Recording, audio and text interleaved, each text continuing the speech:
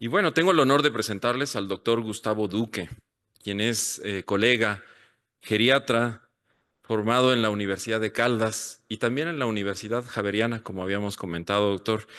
Y bueno, teníamos ya mucha emoción por conocerlo, porque nos habíamos encontrado, quizá él no se acuerda de mí, yo sí de él, en los pasillos de algunos congresos internacionales de caquexia, sarcopenia y demás. Pero gracias por tomar la invitación, doctor Gustavo Duque.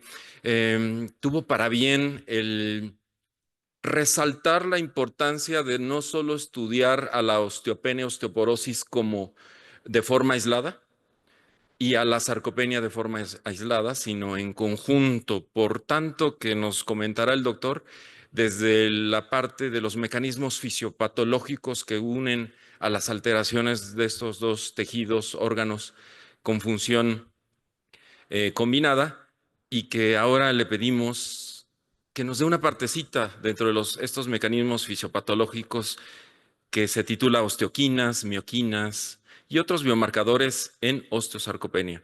Evidencia científica actual. Gracias, doctor Duque, desde Canadá. Gracias.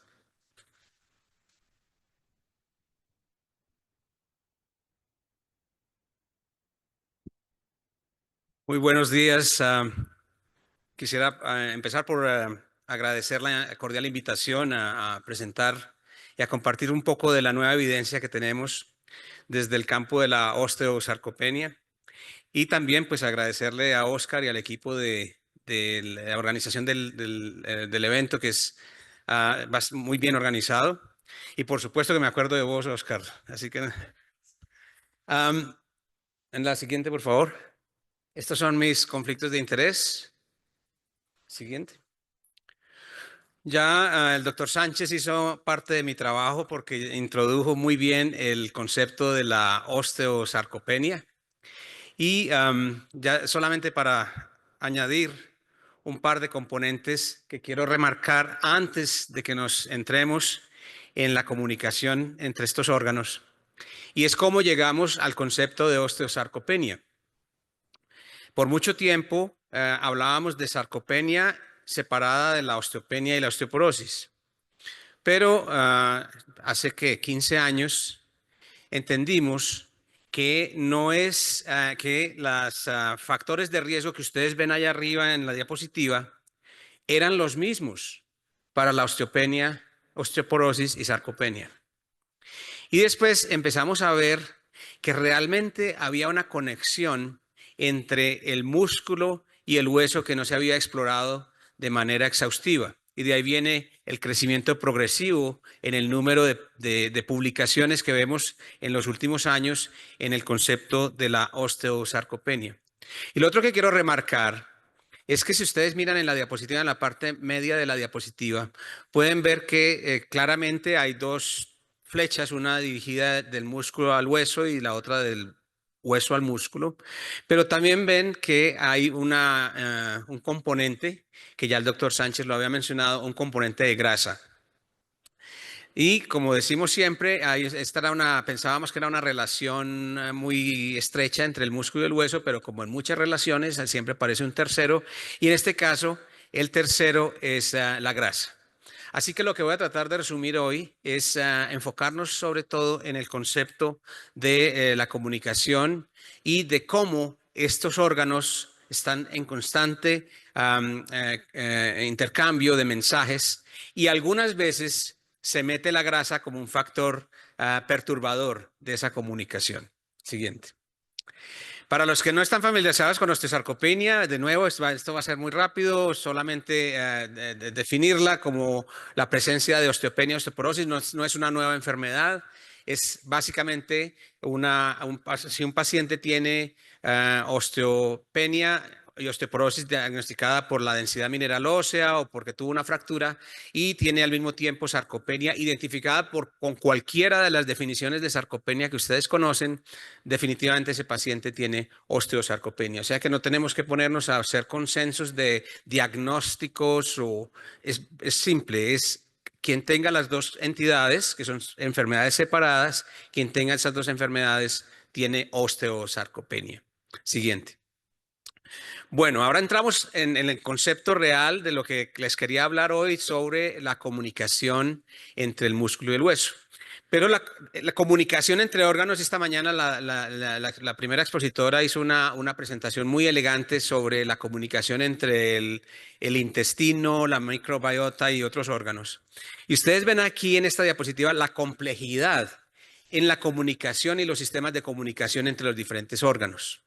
Y muchas veces la gente me pregunta, mis colegas me preguntan, ¿por qué estoy hablando del sistema de comunicación hueso y músculo si eso parece en Colombia tenemos una sopa que no sé si ustedes conocen, que es el sancocho. Entonces la gente dice, esto parece un sancocho porque hay de todo, todo combinado.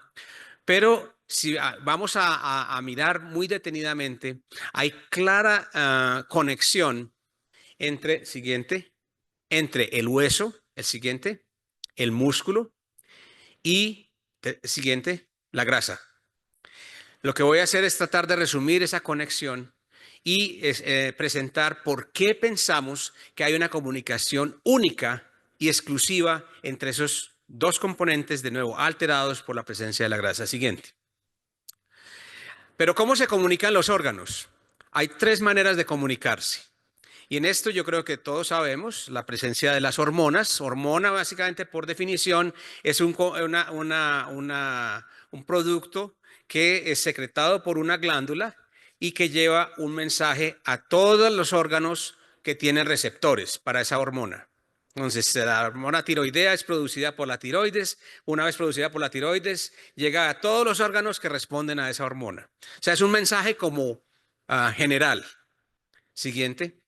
Tenemos las citoquinas, entonces se ha avanzado mucho más en comprender que hay unas proteínas, unos factores que son secretados específicamente por un grupo de órganos, por un órgano o un grupo de órganos que no necesariamente van a ir a llevar un mensaje a un tejido específico, sino que pueden generar una respuesta generalizada. Y de esto vamos a hablar muy pronto. Pero lo que encuentro, y en esto este campo está avanzando rápidamente, es el tercer componente de comunicación siguiente. Y es las vesículas extracelulares y los exosomas.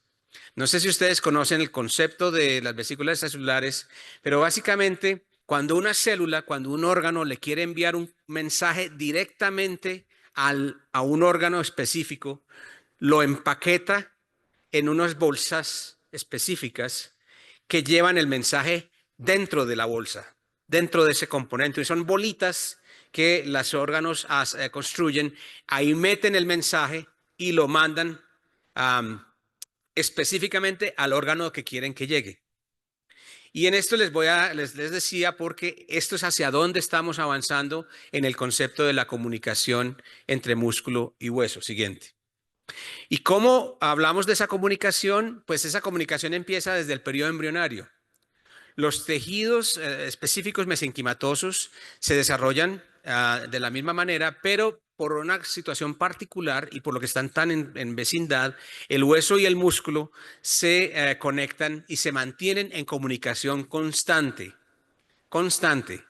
a pesar de que se va desarrollando, de que no estén en contacto físico.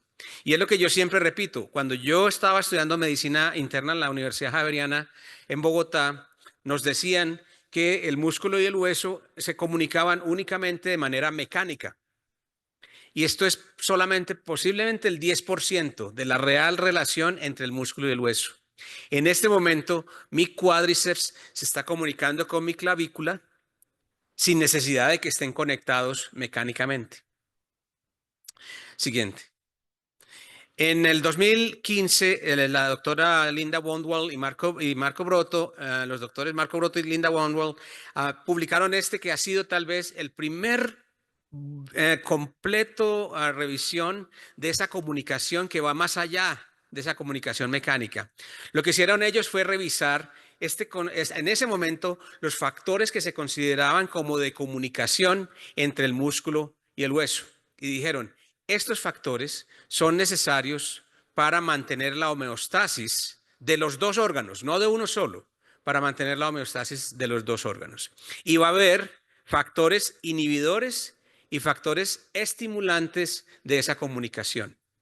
Y yo sé que ustedes aquí están bastante interesados en el ejercicio, en la nutrición. Vamos a tratar de compartir un poquito cómo el ejercicio, la nutrición, las intervenciones que estamos haciendo para la osteosarcopenia tienen un efecto en esta comunicación. Sin embargo, eso fue en 2015. Siguiente. Si miramos en el 2023, y dentro de muy poco vamos a tener un nuevo reporte publicado por nuestro grupo en Nature Endocrine Reviews, que no les podía compartir hoy porque está todavía en embargo, pero este tal vez es un ejemplo de hasta en dónde vamos en cómo comprendemos esa comunicación. Y esa comunicación la entendemos desde dos puntos de vista. Una comunicación que puede ser negativa y una que lo pueden ver positiva, una comunicación anabólica, en la que si usted estimula anabólicamente al músculo, al mismo tiempo va a estimular anabólicamente al hueso. Y tenemos unos factores, lo que llamamos la interacción o la comunicación negativa, en el que factores negativos son secretados por el músculo y van y afectan el hueso. Siguiente. ¿Y qué importancia tiene esto? Es que ya lo había mostrado el doctor Sánchez, como las curvas que vemos asociadas a pérdida de masa muscular. Este es un estudio que hicimos en Australia con mi postdoc Ben Kirk, que analizamos masa corporal de 15,000 personas sanas en Australia y vimos la curva de pérdida de muscular. Esta es la pérdida normal. No todas las personas tienen sarcopenia. Esta es la pérdida normal. Siempre perdemos entre 0.5 y 1.5% por año de nuestra masa muscular, después de los 50 particularmente. Pero son aquellas personas que pierden más que eso, más de esa standard deviation, desviación estándar. Esas son las personas donde cruzan esa barrera entre la normalidad y la patología. Y lo mismo observamos, lo mismo observamos en el estudio de Geelong de la osteoporosis, que se observa una curva muy parecida en la masa ósea. ¿Qué quiero decir con esto? Que al mismo tiempo que ganamos que ganamos músculo y hueso, empezamos a perderlo con el envejecimiento.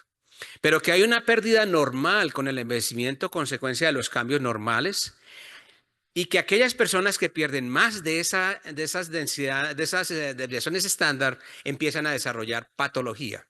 Los que pierden más de una desviación estándar en el hueso desarrollan osteopenia, y ya los que pierdan más de menos de 2.5 desarrollan osteoporosis. Y lo mismo observamos en los pacientes que pierdan más de una densidad, una desviación estándar de músculo. Esos pacientes desarrollan sarcopenia. Ya les voy a decir por qué estamos hablando de esto. Siguiente. Al mismo tiempo que observamos ese declive en la masa ósea y masa muscular, observamos un incremento en la masa grasa. Pero no en la masa grasa del cuerpo, no la masa corporal. No estoy hablando de obesidad. Lo que ustedes ven aquí en un estudio, este estudio fue realizado en 9,615 personas del UK Biobank. Ese estudio demostró cómo al mismo tiempo que perdemos grasa y músculo, y particularmente los pacientes con osteosarcopenia, empiezan a ganar se empieza a observar una infiltración, no una infiltración, un desarrollo local de grasa. Esta grasa es, primero, independiente del índice de masa corporal. O sea que no estamos hablando aquí, aunque el concepto de obesidad sarcopénica y sarcopénica obesidad también son válidos desde el punto de vista de la masa general, aquí estoy hablando de una grasa que se desarrolla localmente dentro del músculo y dentro del hueso. Siguiente. Así que si vamos a hablar de osteosarcopenia, vamos a hablar de esos mecanismos comunes, esos mecanismos que están ocurriendo en el músculo y en el hueso al mismo tiempo. Siguiente. Vamos a hablar que si el músculo está defectuoso, las señales que le va a enviar al hueso van a ser defectuosas y va a inducir pérdida de hueso. Siguiente. Y un hueso defectuoso conduce a un músculo defectuoso. Esto es aún más interesante. Hace 10 años nunca nos íbamos a imaginar que tener un hueso defectuoso iba a afectar al músculo. Siguiente. Así que si vamos a hablar de mecanismos comunes, siguiente, vamos a hablar primero de esa acumulación grasa, acumulación patológica de grasa en el músculo y en el hueso. Siguiente.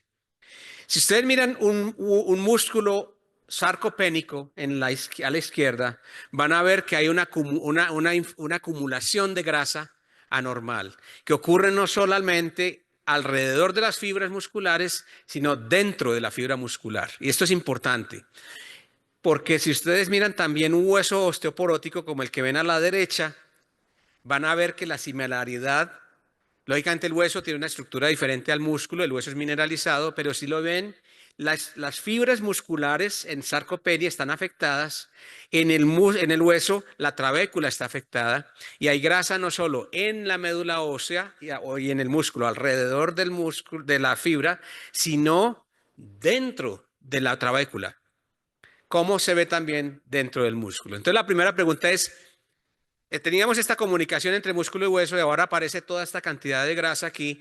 ¿Qué significancia tiene esa grasa que se está desarrollando entre el músculo y hueso? Siguiente.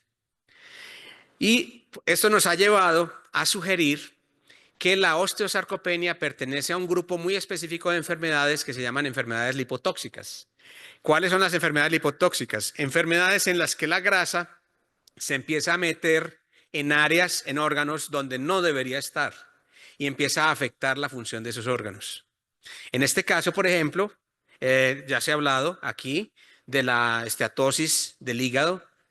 Es un ejemplo muy claro de la diabetes en la que se observa esta infiltración grasa del páncreas, pero en el músculo y en el hueso vemos un caso parecido. Siguiente. Así que con mi postdoc, Ahmed Al-Saedi, que ahorita está en Harvard University, hicimos un análisis, nos preguntamos, bueno, ¿qué tan parecida es la grasa que vemos en el músculo? ¿Qué tan parecida es la grasa que vemos en el hueso entre los dos? ¿Y qué tanto se parecen esas dos grasas con la grasa general?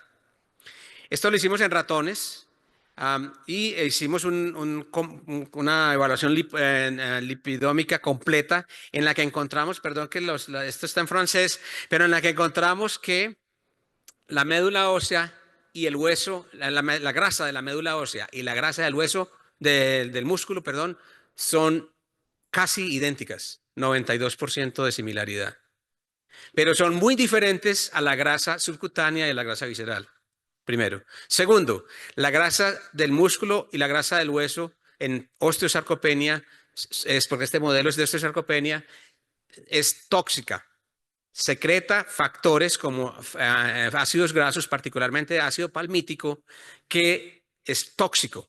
Y tercero, es muy inflamatoria, es proinflamatoria. Secreta interleuquinas y secreta ácidos, particularmente la línea del ácido araquidónico, que induce inflamación. Entonces, imagínense un hueso o un músculo lleno de esta grasa que está secretando factores tóxicos. ¿Qué pasa con las células alrededor? Pues lógicamente esta comunicación va a estar alterada. Siguiente. Así que la primera conclusión es que estamos hablando aquí de una grasa que es muy particular, que es independiente, de nuevo, de los índices de masa corporal, de la obesidad. Esta es una grasa que se desarrolla dentro del hueso, dentro del músculo, que empieza a alterar esa comunicación entre estos dos órganos. Siguiente. Ahora, músculo defectuoso llevando al hueso defectuoso. Siguiente. En esto voy a ir un poquito más rápido porque les voy a dar solamente dos ejemplos. En esta comunicación, muchos factores, ya les mostré la diapositiva, en esta comunicación, el músculo, como ustedes saben, es un gran regulador de metabolismo y al mismo tiempo tiene libera factores tróficos. Les voy a dar un ejemplo, miostatina. Ustedes la ven ahí. Miostatina, si tenemos a un paciente en cama durante 2 semanas, por decir algo, desarrolla altos niveles de miostatina. ¿Qué pasa cuando el músculo se expone a la miostatina? Se atrofia. Por eso se llama miostatina. Detiene al músculo, que se atrofia. Pero ¿qué se ha descubierto? que al mismo tiempo, y todo esto no lo sabíamos, que al mismo tiempo que secretamos miostatina en el sedentarismo o en el inmovilismo o en cualquier situación en la que no se mueven los músculos, no se contraen, al mismo tiempo estamos afectando la formación del hueso. La miostatina es un inhibidor de la formación ósea. Y vamos a lo contrario, la interleuquina 6, que es un factor que se secreta con el ejercicio, lo secreta el músculo. En general la interleuquina 6 no es buena, pero cuando la secreta el músculo después del ejercicio por alguna razón es buena, tiene un efecto anabólico. Vemos que esa interleuquina 6, cuando es secretada por el músculo, tiene un efecto anabólico sobre el hueso al mismo tiempo. Siguiente. Ahora, ya ustedes me dicen, no, este nos está echando mucha carreta biológica. Esto tiene aplicación clínica. Y esa aplicación clínica ya la empezamos a ver con la asociación entre la masa muscular y la densidad ósea con niveles de miostatina. Este es un estudio en 6.300 personas en las que se encontró que altos niveles séricos de miostatina en humanos están asociados con una disminución en la densidad mineral ósea. O sea, hay una conexión entre este mensaje, esta citoquina y el nivel de formación ósea. Siguiente. Ahora, ¿se acuerdan de las vesículas extracelulares?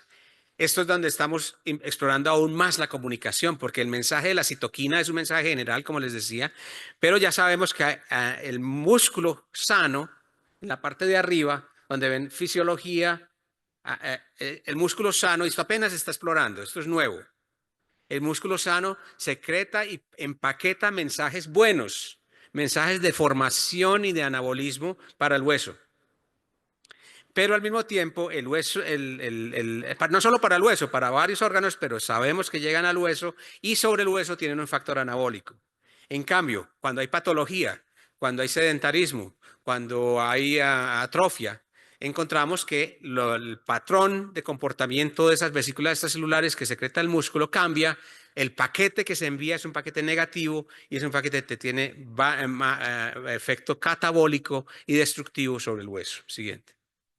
Ahora, el otro lado de la historia, el hueso defectuoso que conduce a músculo defectuoso. Siguiente. Y solamente les voy a dar de nuevo 2 ejemplos. Esclerostina, sin dar mucho detalle, la esclerostina es una proteína que inhibe la formación ósea. Así que, por ejemplo, si estamos sedentarios, los osteocitos, que son unas células que se encargan de estar pendientes y si nos movemos, son unas células que se encargan de ver si nos estamos moviendo y responder para regular la formación ósea. Estos osteocitos secretan esta esclerostina, pero de nuevo, lo importante es que inhibe la formación ósea. Y es más, ya tenemos tratamientos para osteoporosis que inhiben la esclerostina y de la manera en que inhiben la esclerostina mejoran la osteoporosis, pero esa es otra historia. La esclerostina no sabíamos que tenía también un efecto inhibitorio sobre el músculo. A altos niveles, la esclerostina como tal inhibe la formación y la función muscular. Entonces es un ejemplo de una citoquina negativa que está disparada en situaciones de sedentarismo, de inmovilismo, de lesión medular. Y lo contrario, y en esto hemos hecho mucha investigación, la osteocalcina, estas son proteínas específicas para huesos. La osteocalcina, que es secretada por las células que forman hueso, tiene un efecto metabólico y un efecto anabólico sobre el músculo. De nuevo, esto no lo sabíamos hace 10 años. No lo pensábamos siquiera, que el hueso pudiera enviar este factor anabólico al músculo. Así que, siguiente. Hemos hecho estudios, este es un estudio que hicimos con Itamar Levinger en Melbourne hace ya bastantes años, 10 años, pero en el que vimos cómo hay una clara correlación entre los niveles de osteocalcina, de nuevo, una proteína que viene del hueso, y el metabolismo de la glucosa en el músculo y la formación muscular. Así que sí hay una conexión clínica en humanos y ya empiezan a aparecer estudios mirando a la esclerostina Este es un pequeño estudio, ya la gente está, nosotros estamos haciendo más estudios en el que la esclerostina, acuérdense, es una proteína inhibidora, es una mala citoquina, si lo podemos decir así. Entonces hemos encontrado que esta esclerostina que viene del hueso también se relaciona con baja función muscular siguiente. Y este es tal vez en este momento la pasión con la que estamos, lo que más estamos trabajando en este momento nosotros trabajamos en muchos aspectos de la osteosarcopenia, pero tal vez este es uno que nos mantiene más emocionados al momento y es el rank ligand. El rank ligand es secretado, es de esta proteína, sabíamos hace muchos años que existía, es un regulador del catabolismo del hueso. Si tenemos mucho rank ligand, destruimos mucho hueso. Y tenemos drogas en este momento que inhiben el rank ligand para tratar osteoporosis, se llama denosumab. La venden en todos lados, aquí lo hay, se inyecta cada 6 meses, es un inhibidor del rank ligand. Lo importante es que en los recientes años, en los últimos 4 o 5 años, en otros grupos y nuestro grupo ha encontrado que en el músculo hay un receptor de rank ligand. Y que si hay mucho rank ligand, o sea, si hay mucha destrucción del hueso, al mismo tiempo ese rank ligand va a la circulación, llega al músculo e induce la destrucción muscular y le afecta también la función y sobre todo el control de la glicemia. Así que es proteínas que pensábamos que estaban solamente en el músculo, o en el hueso, perdón, vemos que tienen un efecto sobre el músculo. Siguiente. Y este es un estudio que publicamos con Ben hace poco, hace 2 años. No podemos medir, ese es un problema que tenemos y lo quiero decir desde ya, es que tenemos un problema para medir todo este sistema de comunicación porque muchos de ellos no sabemos si realmente vienen del músculo o si realmente llegan al hueso. Ese es el desafío que tenemos en este momento. Entonces, como no hay buenos métodos para medir rank ligand en la sangre, tenemos como un proxy del rank ligand que es el cetelopeptide. De nuevo, no quiero confundirlos con todos estos términos, pero el cetelopeptide es un marcador que tomamos en las consultas de osteoporosis, que lo podemos tomar en la sangre y nos va a decir si el paciente tiene mucha destrucción ósea, porque tiene mucha actividad el rank ligand. Encontramos, para nuestra sorpresa, en este estudio, que este es de nuestra base de datos de Melbourne, que altos niveles de este cetelopeptide están asociados con baja función muscular. Un indicador que al mismo tiempo que tenemos alta resorción ósea, ese rank ligand está yendo al músculo y está afectando el músculo. Siguiente.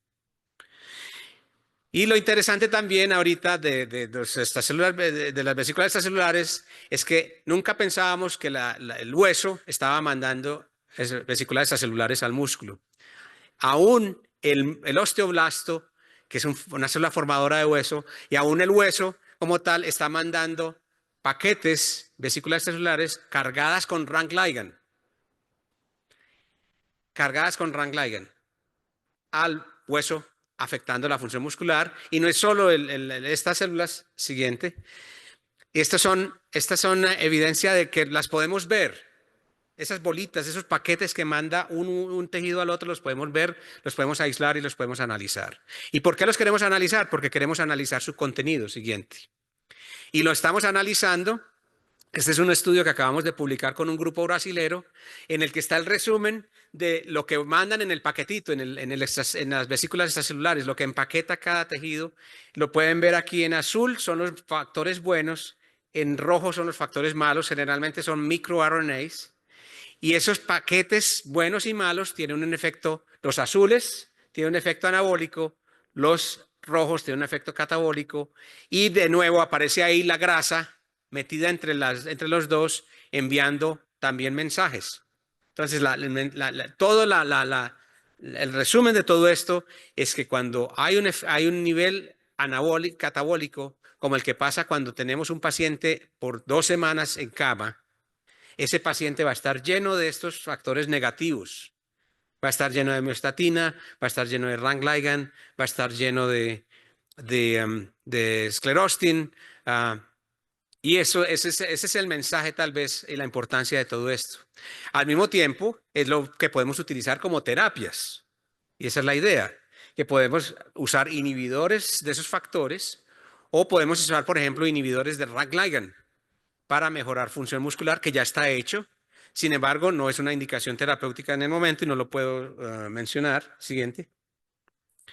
Y ya para terminar, queríamos hablar de biomarcadores.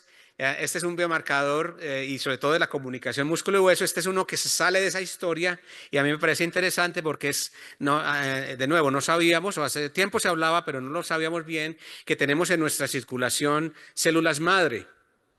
Ya, no sé si se acuerdan, una de mis primeras diapositivas mostraba que el músculo y el hueso vienen del mismo tejido mesenquimatoso.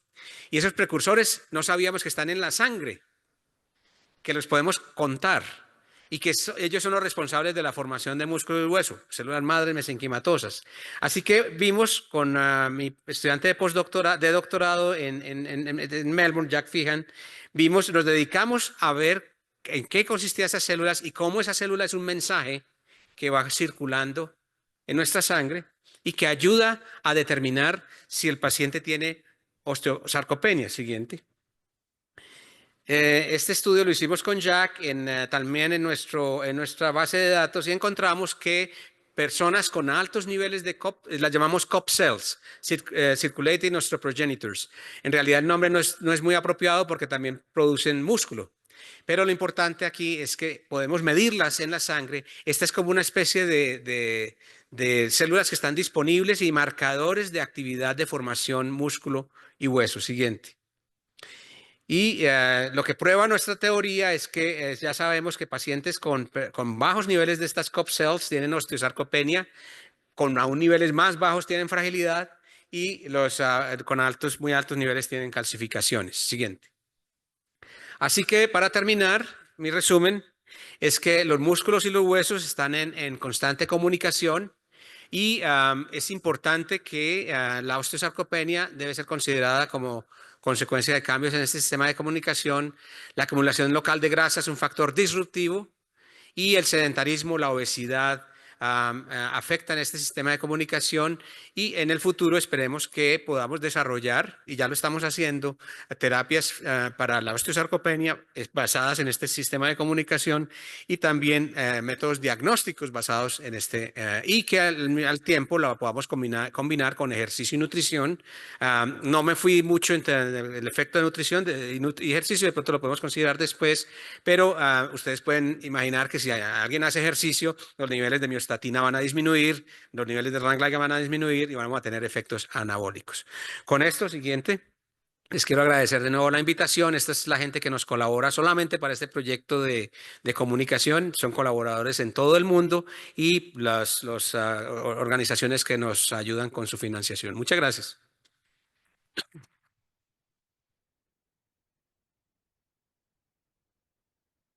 Excelente ponencia. Gracias, doctor Gustavo Duque. Y aparte, súper exacto en el tiempo. Imagínense.